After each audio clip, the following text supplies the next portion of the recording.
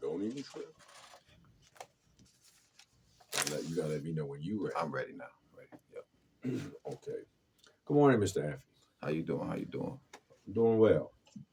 I wanted to follow up on a particular point that you made in a previous podcast regarding the significance of Milwaukee and all the different changes that has impacted communities of color and especially the Black community. More pointedly, most of us who live in Milwaukee know that we have a very large and intricately woven, for lack of another way of putting it, freeway system.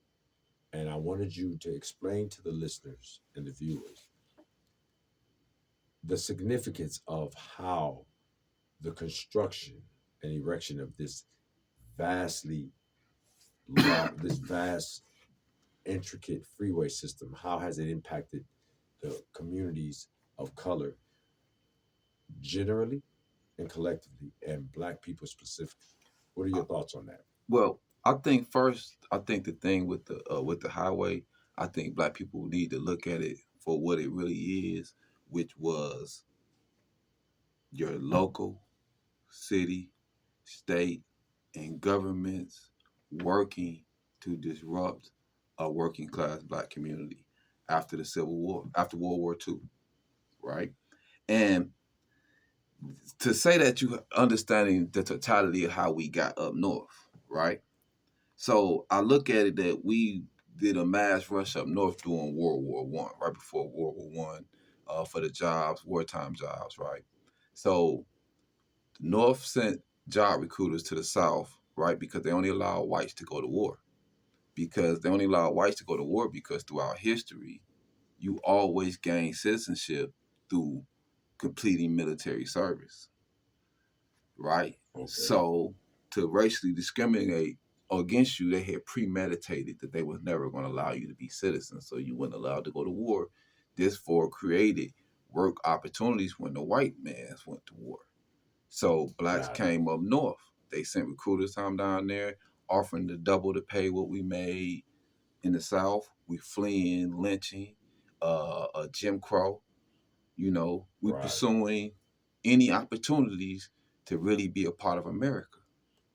Gotcha. So we jumping on the trains. We coming up here. White people who discriminated against you in the South, lynched you in the South, was jumping on the trains, forcibly removing Blacks from the trains in order to maintain cheap labor in the South, which is ironic how they call us lazy, but they continuously fight over our labor. That's just very ironic. Very, very. So we came up north, right? So we got up north, and being that segregation still existed up north to a degree, right? It might not have been as blatant in the South at the time, right? But it was still present. But it was still present. So we moved in Black communities, right? And we had jobs, and we created Black businesses to service that working Black community, right? Right. And those jobs and those businesses began to prosper. So when whites came home from the war, they violently outraged and attacked the Blacks for working, wanted to take their jobs, forced us back into this enclave, small communities. And we in these inner cities, now we don't have chickens or none of that. We ain't in the South with land, so we don't produce no food or nothing. We're consumers, right? Right. And without any resources. So now our situation is more desperate, right? Got you. That's why they call us the concrete jungle. See, at least in the South, you still had them areas that they could still produce food, some food. So It wasn't as much as me and you at each other's throat for just to eat. Got you. Right? So this created somewhat of a difference from the North as far as unity than the South too with Blacks too. Right? But we still had to stick together because of integration. Right. Or segregation. And what white people attacks on us. So the second time when they went to war, we rebuilt again. Right? We built these Black communities all over America. Sort of like another reconstruction, but a smaller version. Right. So we redid it again. Because we got jobs. We have no problem with working. If opportunities out there, we're going to pursue them. We just want to pursue them and be able to progress, Right. right? So we pursue these jobs. We out here, we progress, and we built these companies up, built these businesses up, servicing these black communities all around America. We did this. Then Wow. the government comes in, right?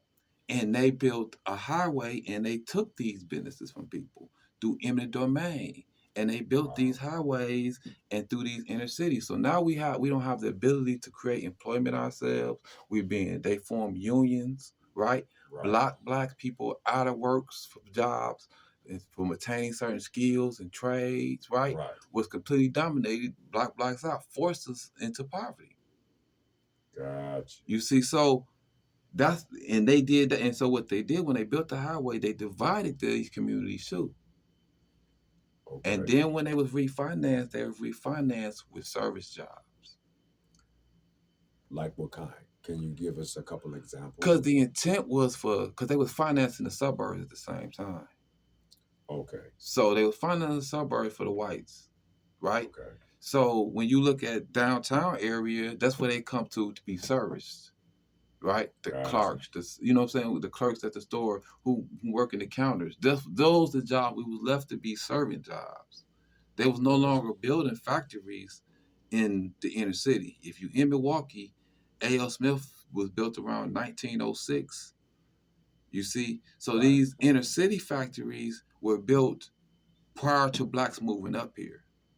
Nobody Gotcha. had no intent of creating employment for us. We just took advantages of the absences of whites because they went off to war and they Right. wasn't allowing you to war because they didn't want to give you rights. Right. You see? So at this point they built the freeways and created the suburbs, they built the factories out to the suburbs. Okay. Well, that makes sense because there's a lot of. It seems to be more. There's not a great many factory jobs left, as we discussed in the prior podcast, and as you stated, uh, properly and rightfully so.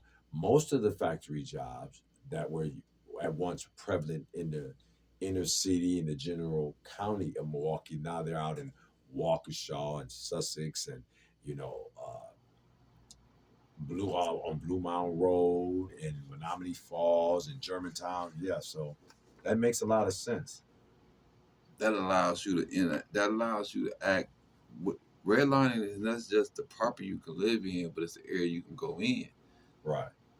You know, so that's why would they say stuff like you have articles like this where they say Milwaukee remains amongst the toughest metro areas in America for black people to find work. In 2010, according to new federal estimates, metro jobless rates by race, the last year have recently come out, and the black rate for Milwaukee is 25.6% of its face, the second worst rate in the nation. What's more, the gap between how blacks and whites fared job wise is on its face wider in Milwaukee than any other major metro.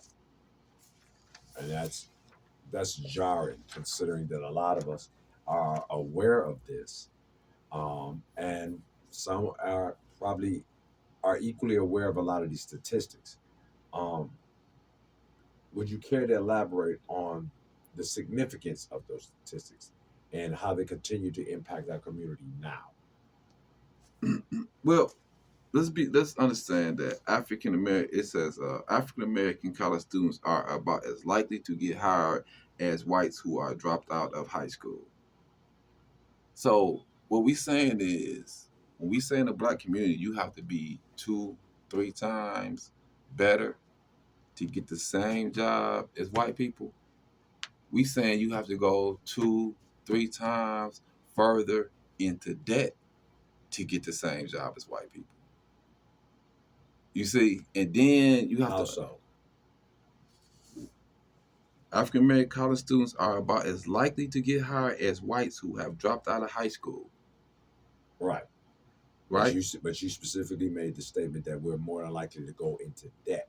Because most of us have to borrow money to pay for college to get the skills or the trades for those jobs because we are required to have those positions to get those jobs compared to whites.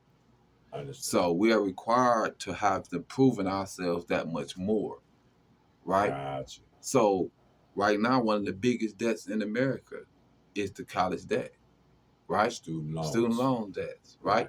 So not only is it that and black women are the most educated population in America, Right. yet they're the lowest paid. Why do you think that is? That that's how our system is developed that way. You have a certain value in whiteness, and you have a devalueness of blackness, right? And they do that on every level, Right. right? So we have to understand that it's about economic castration with black people. So that is why you have to understand that when we looking at scenarios like this, you got people going into debt to go to get jobs, to get equal pay as poor whites, right? Right. You have we have the issues where moving out where you can't go out to certain areas to look work because you constantly getting pulled over, right? Right. You might have issues with parking, Right. so you might have tickets on your car. It's various issues that you are targeted that makes it difficult for you to even travel further out, right? You Right. don't have credit, right? So if you don't have the credit like that, or if you do have the credit, then you got to finance the car, pay a high interest rate Which to is even more go to debt. work, which is more debt, right? Right. So or you got to buy a car that's maybe not that reliable that you really can't trust on the road going that traveling that distance consistently, Right. right? So it's a lot of factors with them creating and building those jobs out there, but they was doing what was necessary for them, Right. right? So you know, Okay. So that brings me back to the initial question and focus regarding the freeways. What is the significance of them being the freeways? Did that actually create more of a schism, more of a hindrance, and uh, a difficulty for blacks utilizing these freeways to get to these jobs, or did it make it easier for them? the purpose of the freeways wasn't for us to get anywhere. The purpose of the freeways was for them to build the suburbs, right? Finance the suburbs, and for the white people to come into the inner city and to receive services from us. Okay, That was the purpose of it. If you look in your community, your jobs are service jobs. majority of them are. So the purpose was for you to provide services for the white suburbans when they come to the inner city. That was the original intent of it. It was never for your mobility. Gotcha. Okay, all right. Well, there's recent. I mean, I'm certain, like everyone else, there's been a lot of new construction, and a lot of the new construction, of course, caused delays and hiccups in traffic and whatnot. However, at the same time, as you alluded, it provides more opportunities for a lot of the construction workers, and the majority of them happen to be white. Do you think that the current expansions and uh, efforts to do more expansion and enlarging of the freeways and so forth and such, do you believe that that is going to cause further problems for people in these poor communities or not? Well, of course, the freeway system is designed off racist basis. It's designed to separate black communities, right, and to keep us isolated. Uh, so not to mention the fact that it is mostly financed by governments to welfare for white companies. So and to employ white people. This is why you go out on any of their communities and their streets are very well paved. You know, Yeah, most of uh, us know that one. so you have to understand that it is a form of corporate welfare. When you see the blacks on the streets, you see them doing filling up potholes, right? Right, And what the city do? The city did that out of we want to you owe us child support, right? Most of them jobs require child support, right? So and they was doing it to get the money out of the people who they had incarcerated, uh, and to get that back child support payments off of them. So again, wow, it's all to benefit something outside of our community. See, so if everything is set up to strip wealth out of our community, right? Nothing set up to build wealth in our community, right? So we lead to other conditions. It leads to other conditions in our community. Gotcha, gotcha. Um, which is ironic because one of many of the conditions this freeway system has helped foster is, as you said, a lack of resources, a lack of job opportunities because most blacks were shut out. These freeway systems also made it impossible for blacks to get a lot of the good jobs. On the flip side of that, more aggravatingly, the freeways also provide a roadmap, if you will, to a lot of the prisons that a lot of young black males and older black males find themselves in. And regarding those commutes to visit loved ones and so forth, the freeway does serve still the majority of the agenda of control of people of color, especially black people, Uh, because they have them in these institutions. So people have to travel to visit their loved ones in these institutions.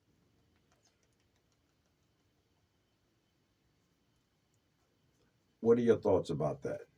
but I want us to understand that Wisconsin is a prime example of the success of the 13th Amendment to re-enslave blacks. I wanted to be clear, understand that more blacks are incarcerated now, are living in what we say in captivity now than did during slavery, right? And understand a lot of prisons do have labor. We even Wisconsin have Badgers industry, right? Right, So a lot of those industries, prisons do produce something. So a lot of them is getting cheap or free labor as well, right, right? But let's be clear. I look up the Department of Justice statistics, right, on right, crimes, right, and when you look at the statistics saying blacks are the most likely to be incarcerated in Wisconsin, right, and black people say, well, they got to stop committing crime, right, right? So I say, look at the statistics, right? right, So when you look at statistics, even murder, just look at this: 53 they got for murder. Blacks was 132. But they do a little slick thing they do right here too is they have negligent manslaughter, right? And they have manslaughter. And if you notice, you'll always notice that that's a majority thing that they afford to white people too. So even with crime statistics, you have to understand the sleight of hand, how they alter and charge white people, right, compared to blacks. But what I want you to understand is that whites are overwhelmingly in what Milwaukee, Wisconsin commits the crime, right? So that include hardcore crimes like rape. Whites commit 564 to blacks to charge for 255, but blacks have a higher false incarceration rate, release rate. So right, you got to understand things like that.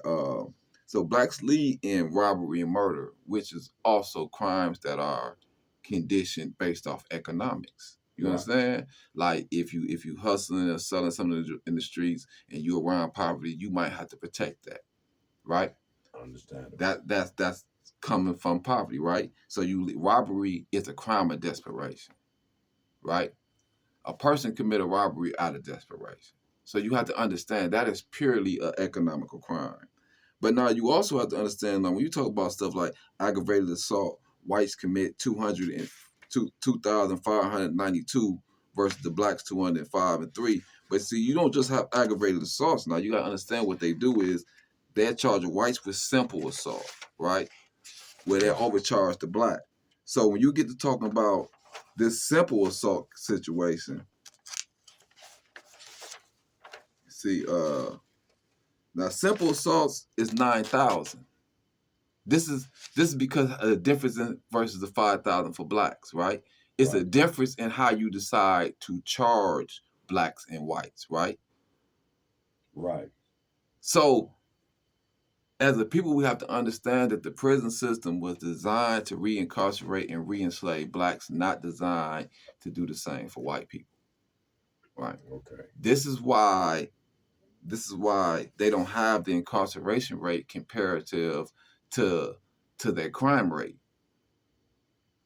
So as a people, we have to understand that the prison system is designed to strip money continuously out of our community. We are the only people still paying per minute for phone calls. Everybody else is talk, text, unlimited calling. You know what I'm saying? So with cell phone, nobody pays to talk on the phone. Long Right. distance charges doesn't even exist in the country no more for nobody. Yeah, because of the advent of cell phones and cell phone usage. Right. So you gotta understand. We also we travel to these places. We create. They employ those white people. Those prison cities bid for those prisons, right? In order to create jobs for failing farmers.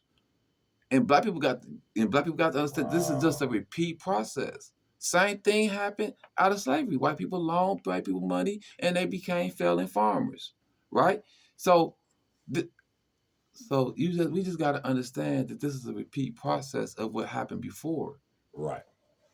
This continues up. This was the way to create jobs and opportunity for white people, incarcerating black people, right? Due to their reaction, right, to a condition that you created economically. When you Got it. saying black people are less likely to get jobs, when you discriminating against us and we have those obstacles in our way, that would lead to our crime. Got it. And all that promotion of us going to prison is meant to benefit a whole nother group of people, Right. right? They getting jobs off of this. We go out there, they get their highways done because we are labeled a citizen of that area, even So you're patronizing their gas stations and their businesses when you go out there. We pump their whole economy when they establish these prisons and put us out there, right? For the same things that letting these people go for, right? Right. And I give people an example. I tell people Weisenberg, which was Donald Trump, right hand man, he got 5 months for tax evasion, right? For 20 years of tax evasion.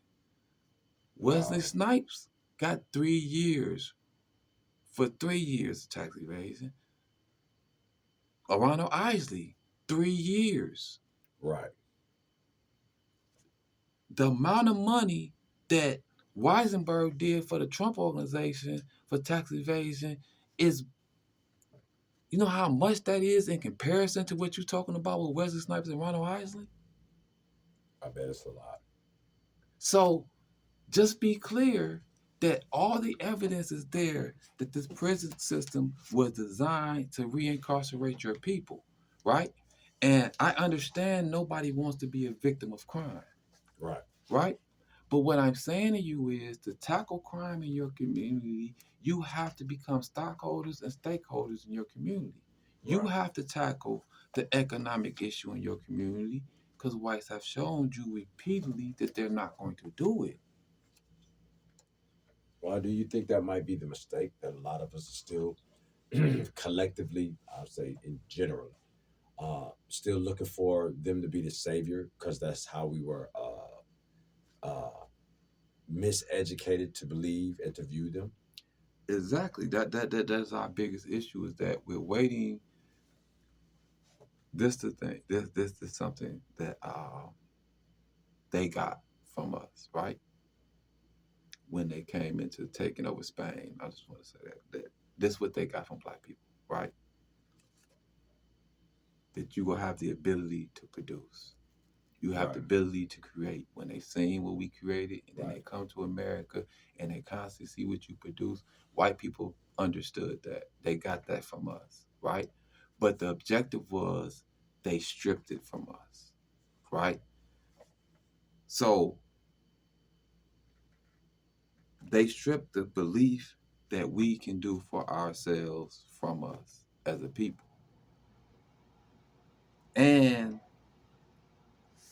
as a people, as a people, sometimes, we go through this situation with our people, right? Is that we've been excluded from dealing with, from other people excluded us from going here. It was white only this. So we feel being inclusive is the right thing to be, right? Right. But when you look at these numbers saying a white high school dropout make as much as a college is A most college likely graduate. as the college graduate, you have to understand that they built a value in whiteness, Right. right? And you have to understand that it is a if the first law of nature is self-preservation, right? Right. Right? Then if you're not trying to give your children an advantage with all the disadvantages that they have against them, then you're violating this first law of nature. Interesting. You know, Interesting take. because you have to accept the fact that your people are under attack economically, socially, politically, physically, you know, and they're at a disadvantage, right? And if I want my children, I want my next generation to excel and succeed, then I provide him with the tools to do so. Interesting point. I ran across another article. It's a very interesting point because I ran across another article where it says that affluent or middle class, although there's not a whole lot of that left, middle class black families who are capable of sending their children to schools and whatnot so they can try to maintain that middle class end up becoming more poor, even though they've had better opportunities than the lowliest of the poor blacks. But those middle class blacks, or those ones who managed to obtain, the parents was able and managed to maintain some sense of middle class wealth, where they was able to go to college, and they didn't have to. The children have to do a whole lot of student loans. So, I mean, they had to still struggle a little bit, but they was in a better financial position and a social position than the lower class blacks from the inner cities or the more impoverished communities. Yet, in that study that I ran across, they said that even though the children from these families are in a position to not only take advantage of these resources because they're not as limited, um, they still do not fare as well. They end up actually being retarded, so that there's no way to pass that on. Why do you think that is? Well, I want to say, let me go. I'm gonna say this part, this right here.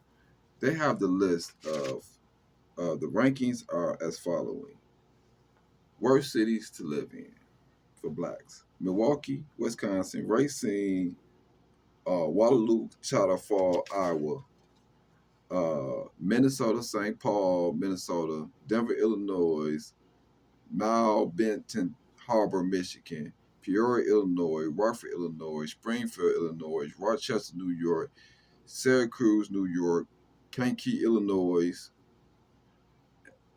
Kankakee, Illinois. I'm from both places. Right. Both are the worst place for black people to live. Jackson, Michigan; Atlantic City, New Jersey; and Eric, Pennsylvania. And all of these are mostly Midwestern states. Midwestern states. Right. We left the South fleeing segregation, oppression, lynching, right, to come up north, to be faced with those same challenges, more intensified up north. Wow. You can't outrun your skin. Right. Right. Yeah, that goes back to a saying that a lot of us had growing up. I was born black, I'm gonna die black. Can't outrun your skin. Right. Let's be clear about that. Right. So Dame Dash has a famous episode on the Breakfast Club where he asked him, did he own this? He asked DJ Envy, do you own this? If your son want a job, can you give him a job here? Right. That's the issue with you moving to the middle class, and we still face these racial discriminations. We Right. still face these issues that we're not empowered, right, in our own community. So you can move out there, you can't give your son your middle class job. You can't guarantee that. He can't inherit your income. Right. Right? So he's still faced with that same discrimination that you felt you broke through. But because it was only you, Right. that's the point about building a ladder. Because it was Right. only you. Right. Because Or you a was getting couple out the years. community, Right. right? Or they was filling a token, a percentage, right? You know, so y'all weren't able to maintain that to build generational wealth. Right.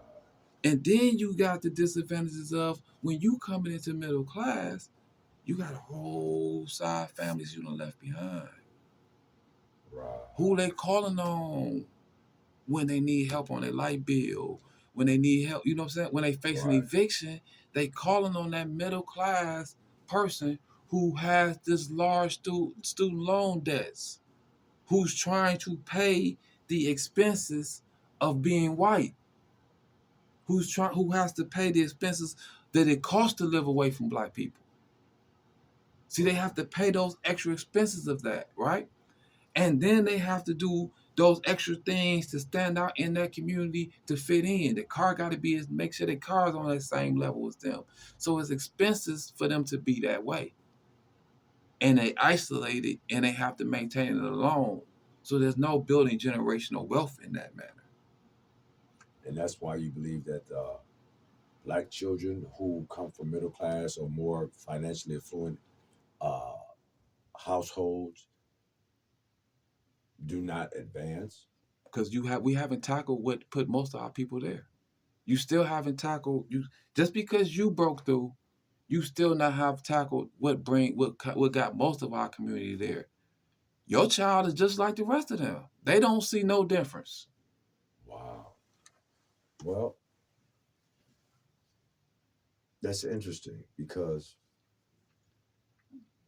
some of the same things that you talk about actually takes place in the community. There's been a lot of news articles and online videos where these middle class children, black children, black males and young black males and young black females have been attacked in these environments, in these neighborhoods, sometimes violently.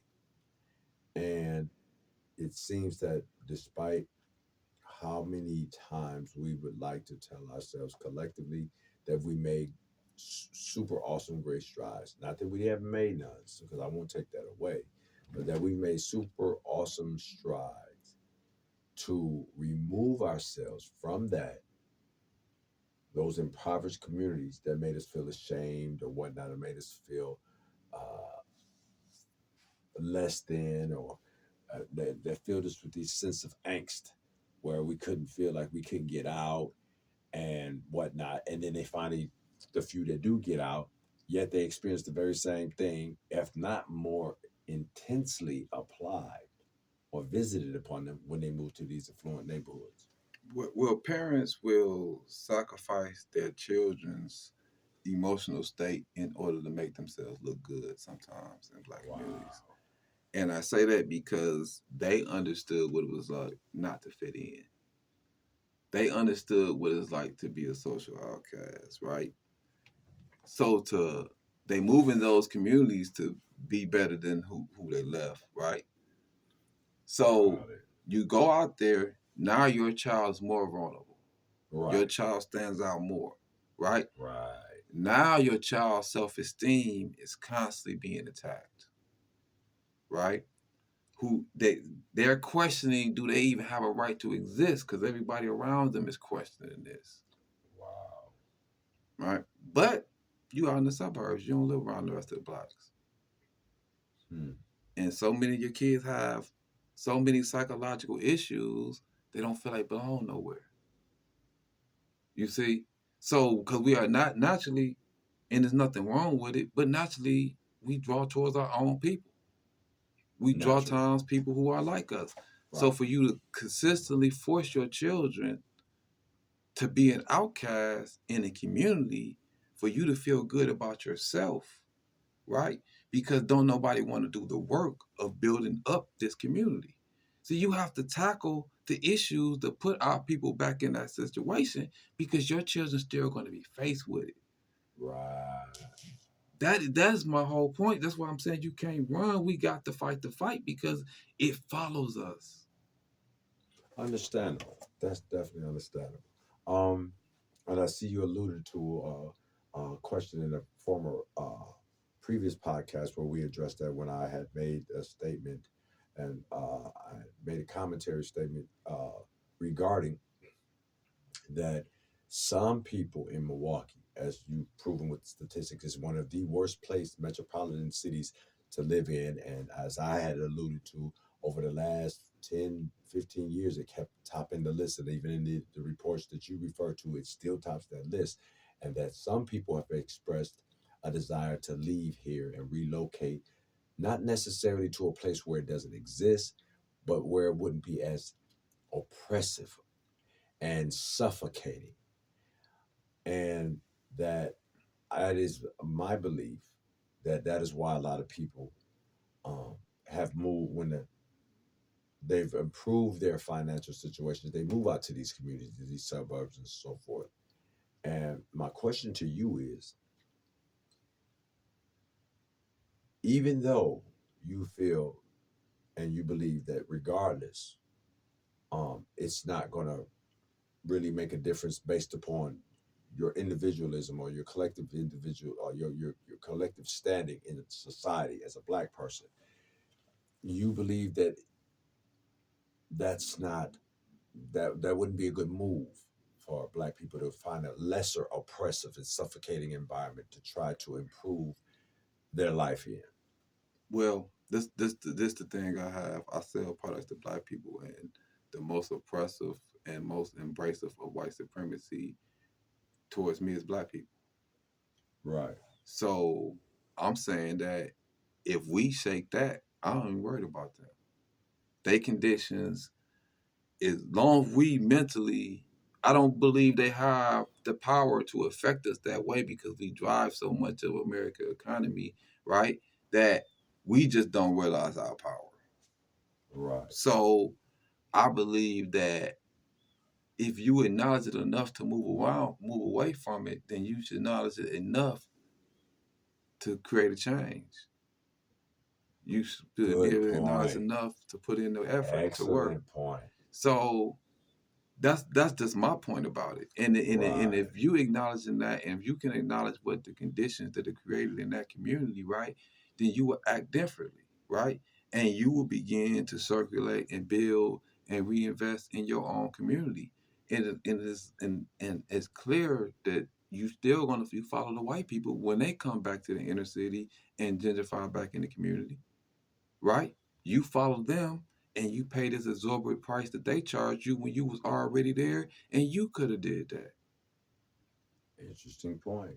Interesting point. But see that but that's and then you could have also the whole thing is if you build your own thriving community, right? Then you create opportunities for your child. That's the part. That's the point. Like, why you don't think it's important if you're enjoying this middle class lifestyle? Why you don't think it's important to circulate wealth in our community for us to participate in that? When you know what you've been up against, you know coming from our community what you've been deprived of.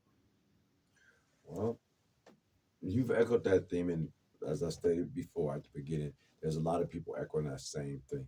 The most prominent example we got of a community of people of color, black people especially, um, internalizing their efforts and their energies to building up their communities is pretty much the Nation of Islam. Yeah, yeah, they and them the brothers, but they have the religious aspect that everybody don't agree with, but they got the self sufficiency. I'm trying to do it. I'm a spiritual person, but I'm trying to do it without any religious doctrines. You see what I'm saying? Right. Like I want us to be able to connect as a people without, the religious doctrine. You can believe Right. how you feel religiously, but you have to understand that our condition, is collective. And I Right. feel like if anybody with any sense of real spirituality, that's clear to, you know. So we're spiritual people. It's just we have the concept or the belief because of the media and because we're looking at the reaction to others' action, right? Right. That we think that our people are naturally criminals. We looking at our people, we're looking at our own youth as something that they're not. We're perceiving them as the image that they're portrayed on TV. We're perceiving you as the gang members or as the guy in the movie that's threatening the old lady, because Okay. that's what's projected. Okay. Good point. Um, yeah, very good point. Um, so do you believe just simply by re-educating yourself, um, that's going to fix the problem? No, not just simply by re-educating yourself. Is applying what you learn. Uh, it's about unification, right? And and from there, yeah, we can grow from Okay. there. Well, let me let me uh let me touch back on that. You speak determinatively. You have a determinative uh, conversation regarding self-sufficiency. So that's you have to have a mental. You have to have a, a mental paradigm. You have to have the mindset of about the importance of self-sufficiency and doing for self and being more community orientated and focused on this getting back to the community. Now, all that's fine and well. And like I said, there's a lot of voices echoing this. And I believe I've asked you this question before.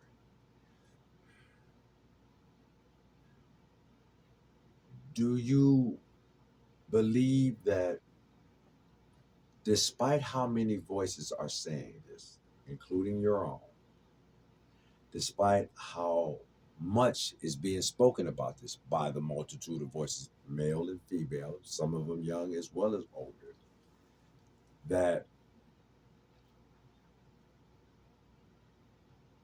the majority of us can actually make that transition? Well, I think people confuse when I say self sufficiency as like a one man show. And I think I might got to do better at how I express that, right? Because I mean self sufficiency as a people because we got various skills and talents, Right, right, collectively. But what I do feel that, you know, like I said, you have to be for us, have a community, a stable community, a healthy community. You're gonna have to be stakeholders and stockholders. okay. And I'm I sorry for interrupting. I understand that, but here's my point. Was or at least what I'm trying to get to. All everything you said makes sense. you have to have ownership though. All of that makes sense. However, what do you believe? What do you think? What do you think may be one or one of the primary causes as to why it is so difficult for us to get back to that? Because we came up here and we became vast consumers in up north. Like I Okay. said, we everything was readily. They made everything more readily available because it was about working, receiving that hourly income, right? Right.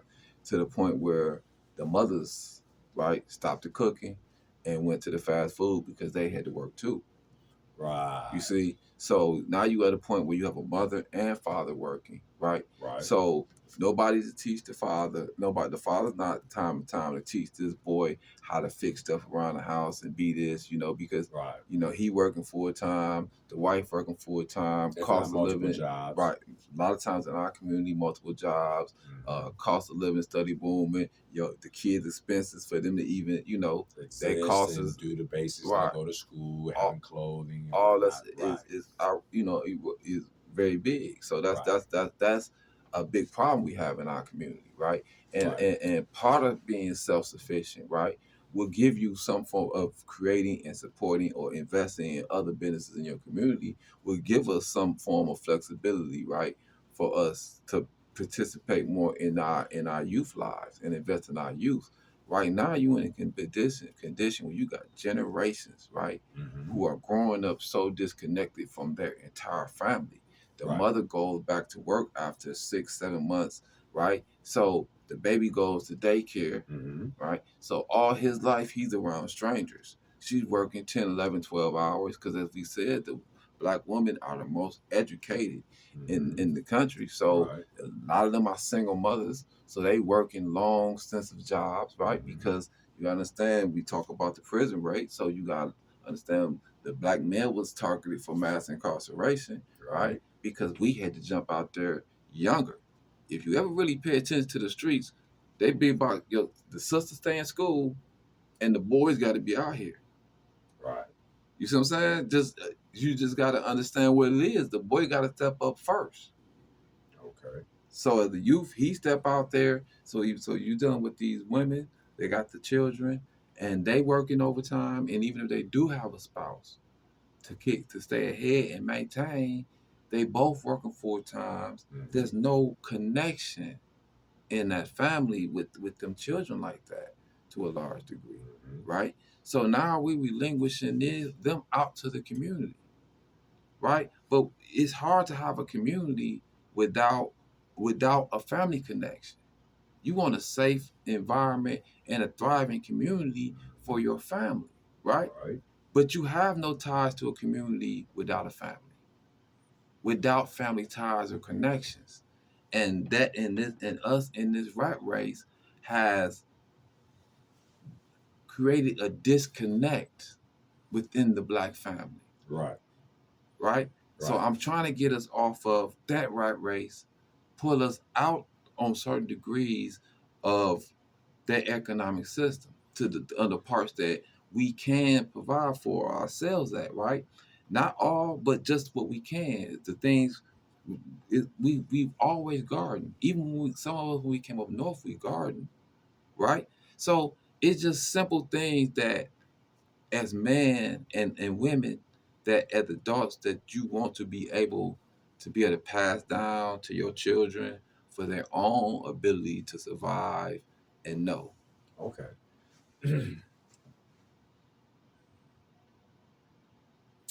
Not to sound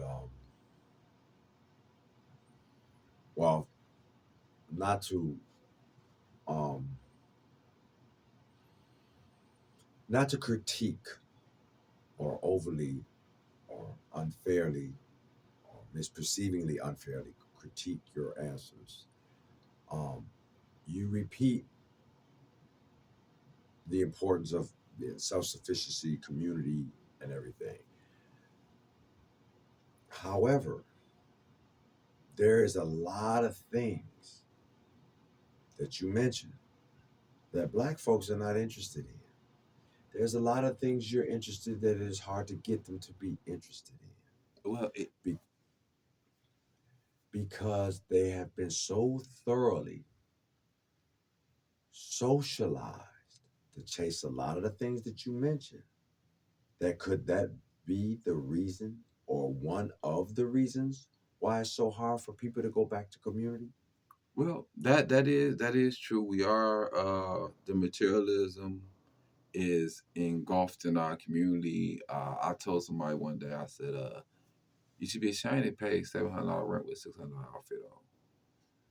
And what they said, what would you say that? Mm.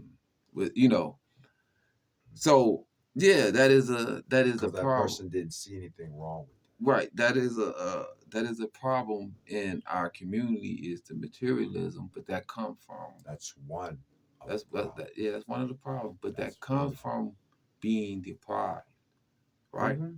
But I have an issue though, is that I have a belief that most of these stuff is motivated, like clothes, all that, by us, right? So I see simple stuff like things to embroidery machines, things to make clothes. So I'm of the belief if my people got access to be able to make something, I'm not missing nothing. Right. Because I believe you can produce what I really like anyway. And I think my people are gonna do it more efficiently and better and precise to fit me than anybody else. But I don't have the mental chain of the name brand stigma is Okay. Gucci is Okay. right because and that's mostly because of my love for my people. So that's more important to me than Okay. you know. But there is people who's doing that. Mhm. You help promote them with the clothing that you wear. So it's not that they don't exist. I just need more people to support my people. Okay. But that's just it. No, That's just it, though. yeah. There is people doing some of the things that you're mentioning. And I promote you, promote them more. Yet, there's such a small minority of them that it's not enough. That's right. Right.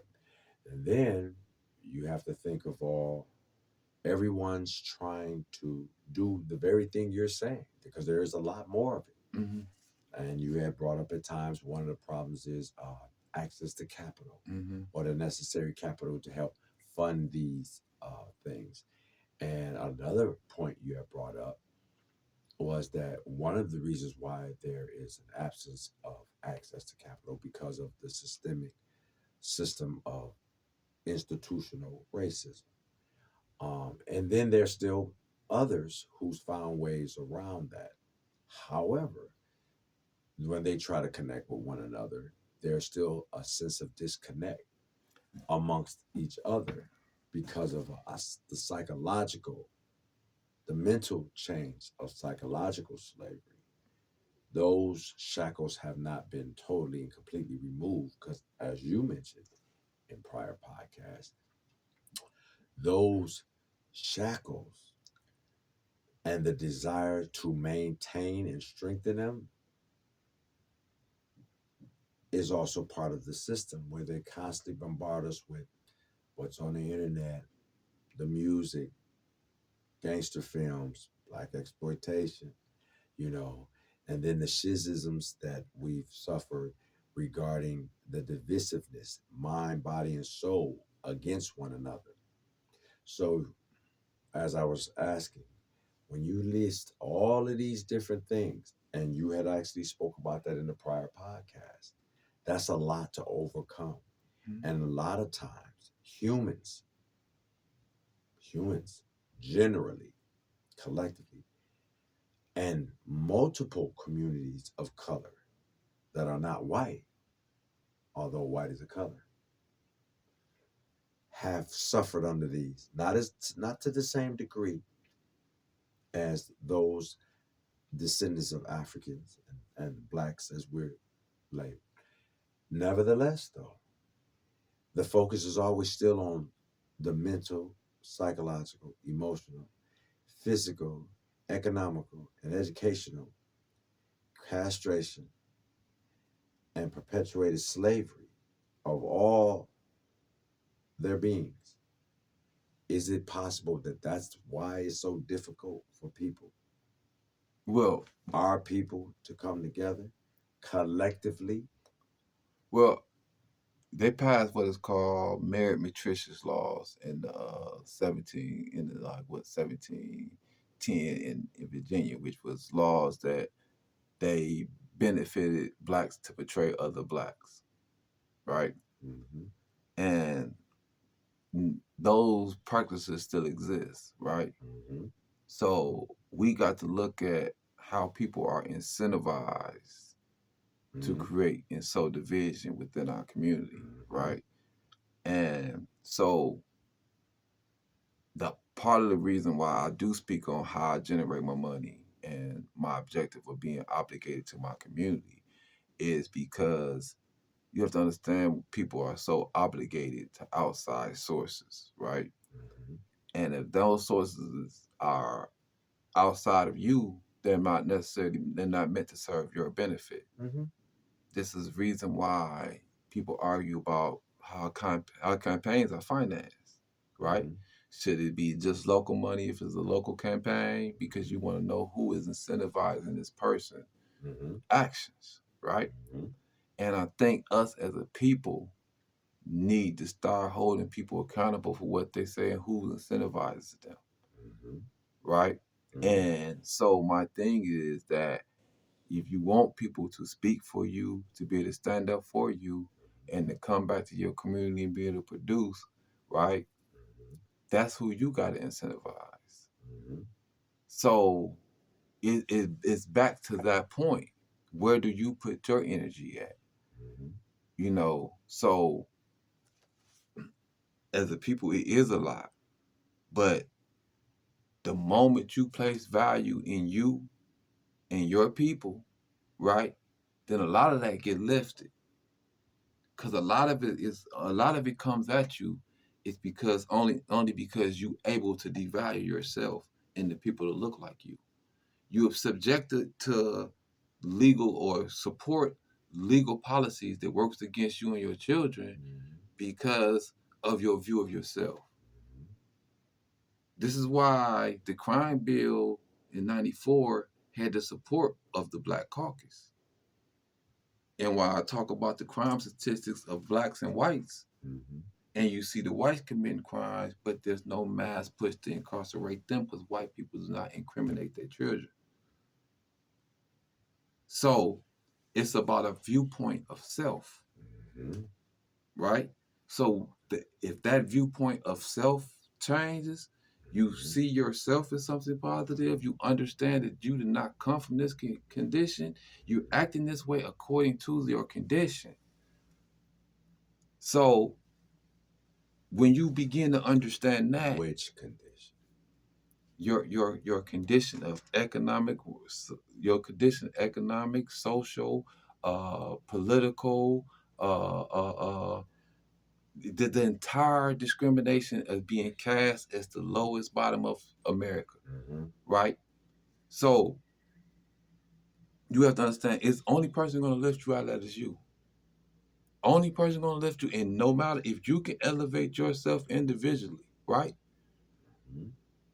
But they don't know who you is when you riding down the highway and they pull you over for driving while black. They don't know you're a doctor. They don't know you're a lawyer. They don't know nothing. They know a black person in a nice car, pull them over, probably got drugs on them. Okay. That's I'm just saying in general that the world don't know nothing about your individual accomplishments as a black person, Mm-hmm. right? You are treated and you are viewed as a collective, maybe sometimes treated as an exception of that collective, right? Okay. But you're still viewed as somebody that comes from the lowest. So if you accept and understand that's how they view you, but you know your greatness, then you want to react and conduct yourself differently towards your people. And with that, instantly change will come. I beg to differ. You different? Yes, because what you just said has been echoed by multiple voices over multiple generations, and those voices were silenced. Mm-hmm. The majority of the people disregarded those voices because the conditioning has been so thoroughly inseminated Mm-hmm. that they just listen to them voices as just noise, wind, hot air. And it's easy for a person, because we're all individuals with different ways that our brain processes things. It's easy for an individual who has done that than it is for an individual who feels one, they're not capable, two, it's not possible, three, they don't see the importance thereof because of what's still going on around them. And four, as you stated earlier, they have nothing to really incentivize themselves to believe that they need to change when things as they exist for them at wherever they're at in their life. Whether we agree with it or not, it's perfectly okay with them. I don't find most blacks are okay with their condition. I find most of them just feel helpless to do anything about it. That's I, pretty much what I just I yeah. find, yeah, Yeah. most of them. Mm-hmm. But that's my objective is to show you that you can, Okay. to show you that you can do something about it. Okay. But the point of media, the point of America was to get you to the position of thinking that you can. And the fact that we got countless examples of blacks pulling themselves up from that, coming directly out of slavery to building businesses, building schools, owning communities. You have countless examples of us doing that, and even now, the Jamaicans in New York earn more than the average white in Queens, New York. You see what I'm saying? Because of unity, because that collective is sticking together. So this is a statistical fact, right? We've been doing this, and it's been going on for the last 10 years But up a there. lot of people in Milwaukee don't know that just because you do. Right. And therein lies my reasons for questioning some of the positions that you're taking. Not that they're wrong, is that, like I stated, just because you know it, I may know it. And let's say 10 other people, let's even go with 100. It's almost what? Almost 100,000 of us plus.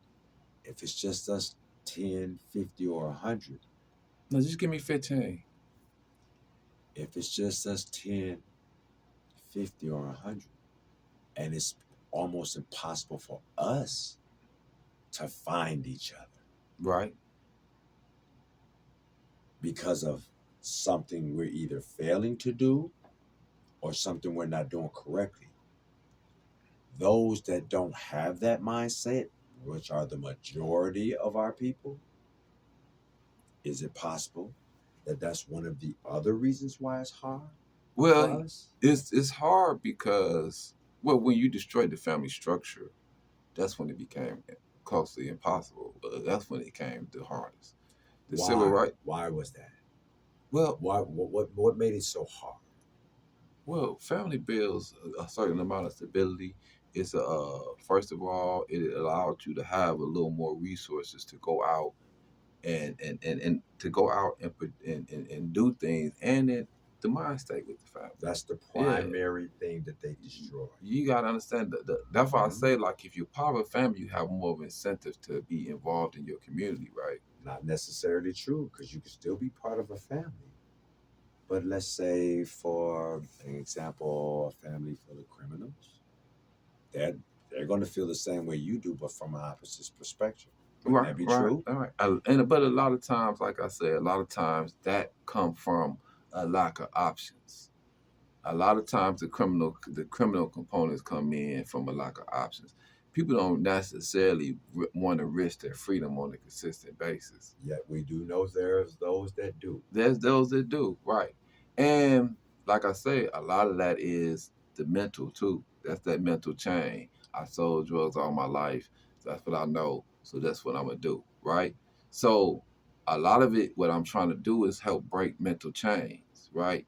So say, to get you to understand that you didn't come out born knowing 28 ounces, 28 grams of an ounce. You didn't come Right, out knowing that. You learned that, right? right, So don't tell me this all you know unless you brain dead. You know what I'm saying? You right. you you Because things you that can't can, learn. things that were learned can be unlearned and replaced with things that can be learned in place of those Right. that exactly. So that's kind of why I have a difficulty with the concept of people saying what they don't know, because I'm like, Right. you're not brain dead.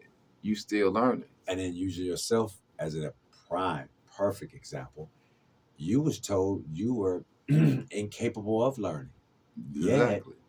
yet you're a walking, talking, proof positive example of someone who is not only labeled as non-teach unteachable, but was actually given a a social stratifying label slash disease to justify saying he is unteachable, unlearnable, and can't be taught. Yet here you are, Well, have beaten all of those odds. that's the So you're a danger. prime example of what you just said. That there is no such thing as you can't unlearn bad behavior and relearn good behavior. And that unlearning of bad behavior has to start with unlearning negative, self defeating, self castrating thinking patterns, perspectives, and ideology, and relearning, like you said, things that uplift you and encourage you and make you feel better about yourself. Then it will be a lot easier for people to understand the importance of your message about wanting to reestablish and reawaken the community that's in our people that we were known for, in spurts still known for, and as you said, everything is based off us. So it is possible. So that is what I was trying to get you Yeah, to explain to the people about the importance of the most significant thing that's hurting us to this point is the mental psychological shackles. It's not all the other ones come behind that. Because if you Farrakhan said it, he's one of the wisest people walking this planet, and he said it agree. best, in my opinion, that if you dictate